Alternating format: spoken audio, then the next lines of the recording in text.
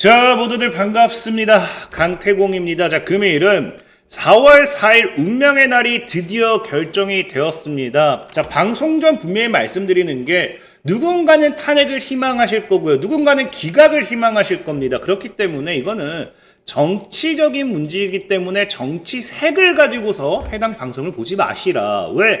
정치색이 들어가는 순간 주식은 박살이 납니다. 자, 그렇기 때문에 탄핵이 된다 하더라도 아니면 기각이 된다 하더라도 분명히 올라갈 만한 모멘텀의 수혜주는 있다라고 생각하고 있고요. 오늘은 그 수혜주가 무엇일지에 대한 부분을 좀 이야기를 해보려고 해요. 그래서 모건스탠리도 올인하고 있는 이 주식 정말 운명의 날 이후에 탄핵이 되든지 기각이 되든지 미친 듯이 오를 만한 주식은 무엇일지에 대한 분석을 좀 해보려고 하니까 제가 이재명 대표를 좋아한다, 윤석열 대통령님을 좋아한다, 이게 아니라 철저하게 중립적인 부분에서 좀 보셨으면 좋겠다 말씀드리면서 오늘 방송 시작해 보도록 하겠습니다. 자, 일단 방송 전 좀 안내 말씀드리면은, 자, 여러분들이 이제 희망 몇 분 하셨던 이제 단타 강의를 이제 오픈을 했어요. 그래서 30강 정도 이제 업로드가 진행될 예정입니다. 30강 정도 진행이고요. 이거는 멤버십 회원분들에게 이제 공개가 될 예정이기 때문에 필요하신 분들은 단타 강의도 참고해 보시면 좋겠다라고 좀 말씀드리면서 오늘 방송 시작해 보도록 하겠습니다. 자, 일단은 지금 뉴욕 증시를 먼저 보고 간다라고 하면은 뉴욕 증시가 굉장히 불확실성해요. 지금 보면 알겠지만 지금 뭐 하고 있습니까? 나스닥 같은 경우도 결국에 올라오긴 했지만 마이너스인 상태고요. 자, 다우지수는 그나마 플러스긴 하지만 내나 마이너스로 출발했고요. 전체적으로 필라델피아도 마이너스, S&P는 그나마 플러스기도 합니다. 전체적인 섹터 흐름 본다 하더라도 테슬라라든지 엔비디아는 마이너스기도 하고요. 애플이라든지 다양한 이런 기업들은 또 플러스를 기록을 하면서 그냥 보다시피 그냥 보합 구간에서 지금 시장에 불확실성을 가지고 간다라고 보시면 좋을 것 같아요. 그럼 왜 이렇게 불확실성이 유지가 되느냐를 놓고 본다라고 하면은 지금 뉴욕 증시 시장은 뭐 하고 있다? 관세를 앞두고 있기 때문에 사실상은 하방 압력이 커지는 거고요. 그나마 여기 추가적으로 뭐가 들어온다? 저가 매수세의 유입이 들어오고 있다라는 거겠죠. 그래서 과거에도 이제 이 과거에 이때는 경기 침체에 대한 우려였죠. 경기 침체에 대한 우려로서 낙폭을 키우고 그것을 빠르게 이제 회복을 시켰고요. 그 다음에 지금 뭐 하고 있어요? 무너졌잖아요. 그러다 보니까 과거 경기 침체만큼의 증시 하방 압력은 말이 안 된다라고 시장에서 보는 것 같아요. 그래서 어쨌든 지금 저가 매수냐 아니면 관세 압박에 따른 글로벌적인 본격적인 관세 전쟁에 따른 하락 리스크냐 이런 것들이 지금 뭐가 되고 있다? 공방을 하는 추세다라고 생각을 하고 있고요. 그나마 다행인 건 이런 뉴욕 증시의 저가 매수와 함께 우리나라 글로벌 증시, 그 다음에 해외 증시도 뭐하고 있다?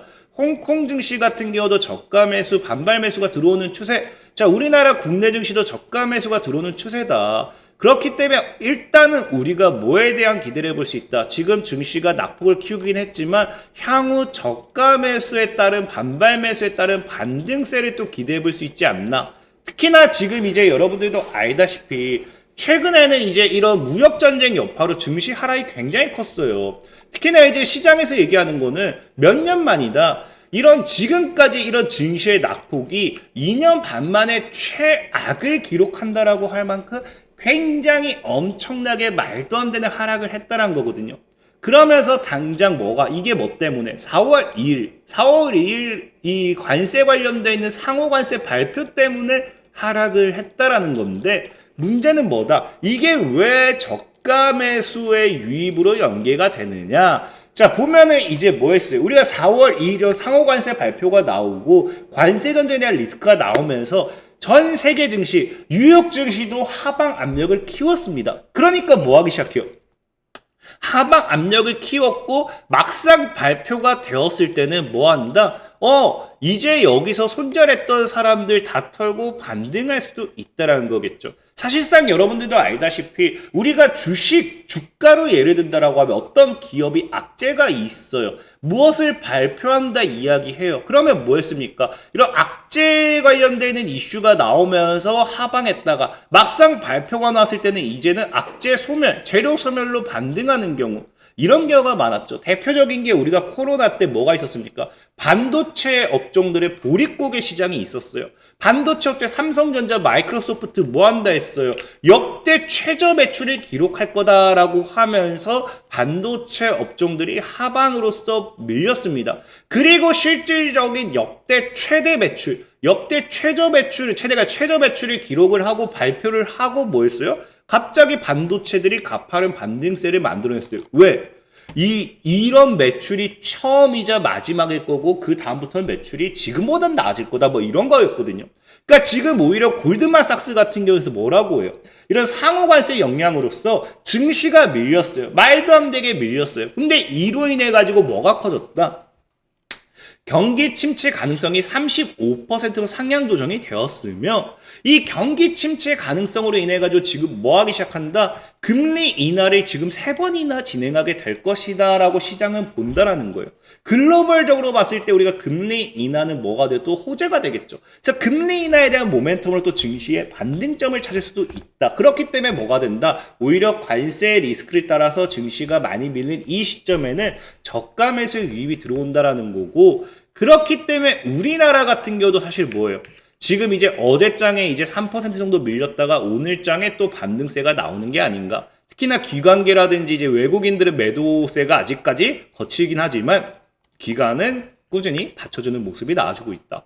특히나 차트로 봤을 때도 이 사실 리스크는 이거였어요. 어제도 얘기했지만 다이렉트 우상향하는 부분에 이 이탈이 나와줬어요. 이 다이렉트 우상향에 이탈이 나왔기 때문에 추가 하방 압력이 커졌는데 오늘장에 찍고 또 반등이 나왔잖아요. 그럼 이 반등이 뭐냐? 이제 과거 12월 9일의 최저점과 최저를 연결해서 우상향 흐름을 그렸을 때 이 또 추세를 만든다는 거겠죠. 그럼 추가적인 시장에 하방 압력이 나와주지 않는다라고 하면은 관세가 지금 이 여기서 추가적으로 말도 안 되는 정도까지만 아니라고 하면 추가적인 뭐 더 커진다 이런 게 아니라고 하면은 아마 현재 이런 상승 추세 사이에서 놀면서 이렇게 갈 확률이 크겠죠. 그러다가 뭐 어느 순간 돌파하고 안착해서 또 우상향할 확률이 크지 않나라고 좀 생각을 해보고 있고, 자 그러면 지금 이런 저가 매수의 기회 속에서 우리가 무엇을 봐야 될지를 봤을 때 왜 4월 4일을 기준으로 제가 중점을 두느냐? 지금 시장이 그래요. 4월 4일을 보고 있어요.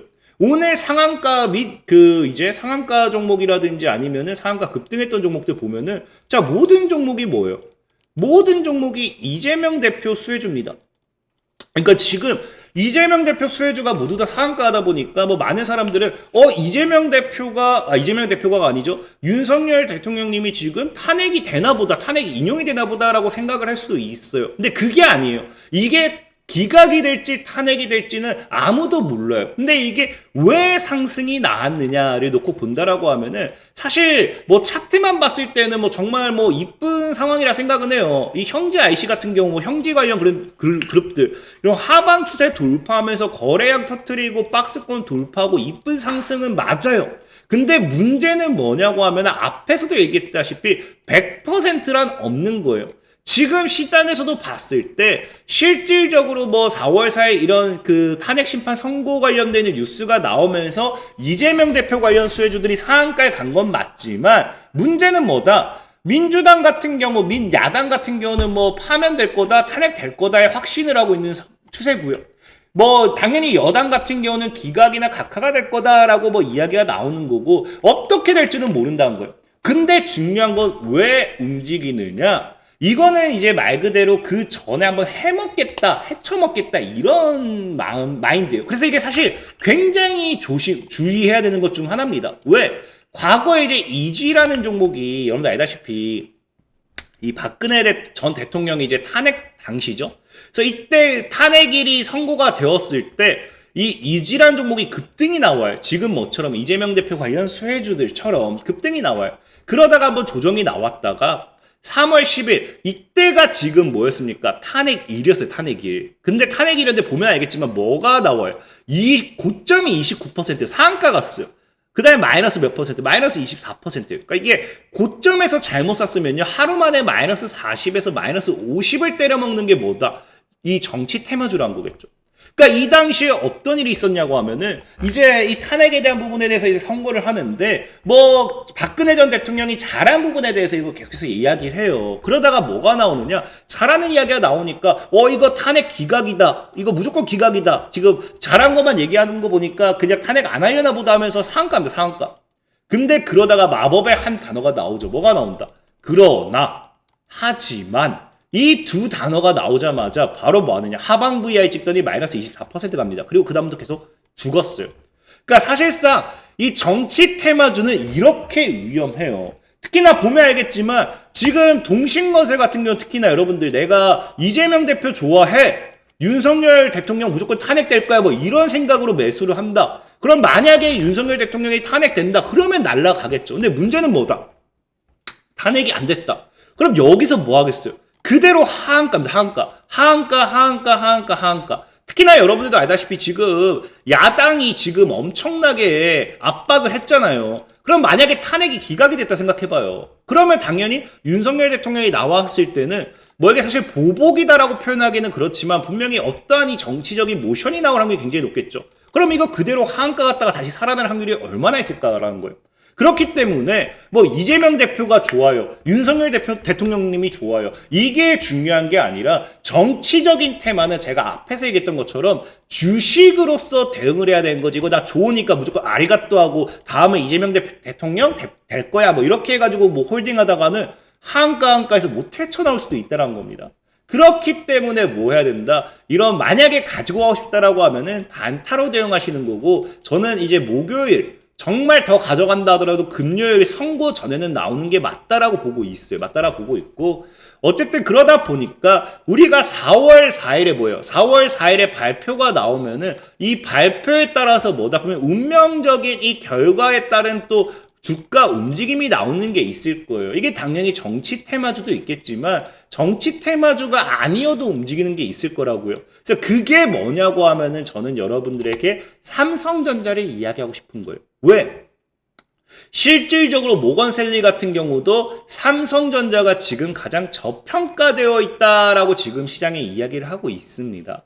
실질적으로 이제 하반기에 나와줄 삼성전자 밸류에이션을 본다 하더라도 지금이 그냥 가장 저평가라는 거고 앞으로 HBM이라든지 HBM 이런 것들의 수주 가능성을 봤을 때 외국인의 수급률 기대감도 굉장히 크다라는 거예요. 특히나 지금 여러분들도 알다시피 지금 사실 탄핵이냐 아니냐를 놓고 계속해서 시간이 딜레이되고 있잖아요. 그러니까 사실 이게 뭐라고 해요? 무정부 상태라고 하죠. 그러니까 우리가 지금 뭐 조기 대선을 하든지 아니면 윤석열 대통령을 다시 갖다가 데려다 놓든지 해야 되는데 이게 안 되다 보니까 무정부 상태에서 지금 외국인들의 매수세가 사실상 뭐가 될 수밖에 없습니까? 당연히 안 들을 수밖에 없어요. 리스크가 굉장히 크니까. 근데 이게 뭐가 된다? 당연히 결과가 나온다라고 하면은 어떤 결과인지에 따라서 중요한 게 아니라 이 무정부 상태가 해소가 되는 거기 때문에 외국인들의 추가적인 수급 유입도 굉장히 많이 들어올 거다라는 거예요. 특히나 이제 여기 추가적으로 봤을 때 삼성전자 같은 경우는요. PBR이 1배 미만으로 봤을 때 극단적인 저평가 상태이기 때문에 뭐한다? 외국인들의 강한 매수세가 들어올 수밖에 없다라는 게 모건셀리의 생각입니다. 그리고 이제 제일 중요한 거. 그리고 모건셀리가 삼성전자 이렇게 극단적으로 보는데 이게 지금 아까 얘기했던 것처럼 탄핵이라는 게 인용이 되든지 기각이 되든지 어떤 결과 나와도 갈 수밖에 없다라고 하면은 이게 뭐가 돼야 돼요? 이재명 대표도 밀어야 되고 윤석열 대통령님도 밀어야 돼요. 그렇기 때문에 어떤 결과가 나오는지 봐야 됩니다. 봐야 되는데 지금 뭐 하고 있다? 자, 과거에 이재명 대표를 본다라고 하면은 이재용 회장과 첫 회동을 진행하면서 뭐라고 해요? 삼성이 잘 돼야 나라가 잘 된다라고 이야기하죠. 한마디로 삼성전자에 대한 적극적인 푸시다라고 좀 볼 수 있고 특히나 삼성이 현재 어려움을 이겨내는 과정에서 훌륭한 생태가 만들어질 거고 이 기업이 잘 돼야 우리 나라가 살 수 있을 거다 뭐 이런 이야기가 나와요. 특히나 지금 잘 생각해 보세요. 만약에 윤석열 대통령이 이제 파면이 됐다, 탄핵이 됐다. 그럼 이제 뭐가 돼요? 조기 대선이 돼요. 조기 대선. 그럼 이재명 대표 입장에서 뭐 해야 됩니까? 이제 우파의 표도 끌어와야 돼요. 그래서 지금 시장에서 계속 얘기했던 게 뭐예요? 우클릭이라는 거죠. 이재명 더불어민주당 대표가 우클릭 행보를 재개했다라고 하면서 사실 했던 게 뭡니까? 이재용 회장 만난 거예요. 그래서 반도체와 AI 인재 양성 등을 논의했다라고 하죠.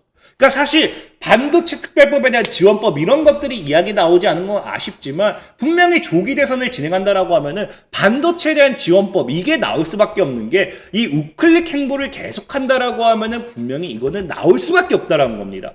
그리고 만약에 여기서 이 윤석열 대통령이 기각이 됐다라고 하면 이제 제일 먼저 해야 될 게 뭐예요? 지금 우리나라의 가장 큰 문제가 뭐다? 트럼프가 당장 상호 관세를 때리겠다라고 하는데 7페이지로서 한국의 비관세 장벽에 지적하고 있는데 우리나라가 뭐야? 대통령이 없어요. 그러니까 이거를 뭐 어떻게 할 수가 없어. 관세를 때리겠다니까 우리 좀 봐주세요, 살려주세요, 아리가또 뭐 할 수도 없는 거고 뭐 할 수 있는 사람이 없는 거예요. 그러니까 트럼프 대통령 입장에서 나오면 트럼프 대통령이 아니죠. 이 윤석열 대통령 입장에서 만약에 탄핵이 불발되고 기각이 돼서 나온다라고 하면은 맨 처음으로 해야 되는 건 관세에 대한 부분을 이걸 해결할 수밖에 없는 겁니다. 가장 큰 문제겠죠. 그러다 보니까 여기에 대한 논의를 진행한다라고 하면은 역시나 당연하게 뭐 돼요? 지금 반도체에 최소 25% 품목별 관세를 물리겠다라고 밝힌 만큼 특히나 한국 같은 경우는요. 대미 수출 비중을 비교적 적지만 여러 국가를 경유해 제조하는 만큼 이 관세 적용 범위의 기준에 따라 관세 부담이 굉장히 무겁습니다. 그래서 여기에 대한 부분을 이야기 할 확률이 굉장히 크고요. 또 제가 이거 아까 뽑아놓은 이 자료가 또 이제 잠시 자료가 없어졌는데 지금 보면은 이거 정리한 게 날라가서 뉴스를 대신 할게요. 자, 보면은 이게 작년 뉴스예요. 그래서 내년 예산 미래 위한 구조개혁에 중점을 두겠다라는 이런 뉴스가 나왔었는데 당시에도 보면 뭐라고요? 이제 맞춤형 약자 복지 확충, 경제 활력 확산, 미래 준비를 위한 경제 체질 개선, 안전화 사회와 글로벌 중추 외교 등 4대 분야를 중점 지원하겠다라는 뜻을 밝혔어요. 그래서 여기서 제일 중요한 거는 뭐다? 미래 투자에 있어서는 다른 것도 아니고 반도체 원전 방산을 강조했다는 거죠. 그렇기 때문에 지금 시장에서 뭐가 나올 확률이 크다? 반도체가 나올 확률이 굉장히 크다라는 거예요. 그러니까 윤석열 대통령은 과거부터 밀었던 게 반도체인 만큼 지금 이제 이런 게 기각이 되었다라고 하면은 당장 상호 관세에 대한 부분을 해결할 거고 앞으로 우리나라가 지금 뭐 하고 있어요? 경제 침체, 청년 백수 150만 명 뭐 이런 이야기 나오잖아요. 굉장히 국가가 힘든 상태예요. 또다시 IMF보다 더 힘든 상태라고 이야기가 나온다라고 하면은 여기를 해결하기 위해서 밀어붙일 가장 큰 정책 중 하나가 반도체지 않을까를 좀 본다라는 거죠. 그래서 제가 과거부터 삼성전자 얘기했던 게 뭐예요? 삼성전자는 5만 5천, 6만 원 이 구간만 오면은 분명히 몰빵해야 된다라고 얘기했고요. 이게 3년 전이에요. 2년 전. 그래서 당시에도 우리가 몰빵했던 분들은 어떻게 되었습니까? 몰빵했던 분들은 50% 이상 여기서 말씀드리고 수익을 때려 먹었죠. 자, 그리고 뭐였다? 그리고 이제 삼성전자 최근에도 제가 4개월 전에도 올인해야 되는 가격, 이 가격 얘기했죠. 지금 삼성전자 어떻게 되고 있다? 역시나 5만 5천, 6만 원 놀고 있잖아요. 지금이 뭐다? 여러분 사야 될 구간이라는 거겠죠. 그래서 지금도 여러분들이 잘 모아 나가신다라고 하면은 다중바닥을 만들어 놓고서 강한 상방 랠리가 나올 확률이 굉장히 높지 않을까. 그래서 저는 지금 여러분들이 정책주, 그러니까 뭐 이재명 대표 관련 수혜주라든지 윤석열 대통령 관련되어 있는 테마주라든지 이런 것들 사도 좋지만 정책주는 만약에 내가 약간 홀짝이랑 똑같아요. 여러분들이 결과를 모르잖아요. 그러니까 보통은 이게 내가 도망갈 기회를 줘야 되는데 이 정부 정책 수혜주들은 내가 잘못 매수를 했을 때 홀짝을 틀렸을 때 도망갈 기회 안 줍니다. 하한가 한 2방 정도 맞아야 도망갈 기회를 줘요. 그렇기 때문에 오히려 뭘 보자. 우리는 반도체 관련되어 있는 업종 테마에 집중적으로 오히려 수혜를 노려보자라고 말씀드리면서 오늘 방송 마무리하도록 하겠습니다. 자, 지금까지 강태공이었고요. 여러분들의 좋아요, 구독하기, 댓글까지는 너무나 많은 힘이 된다 말씀드리면서 자, 모두들 안녕!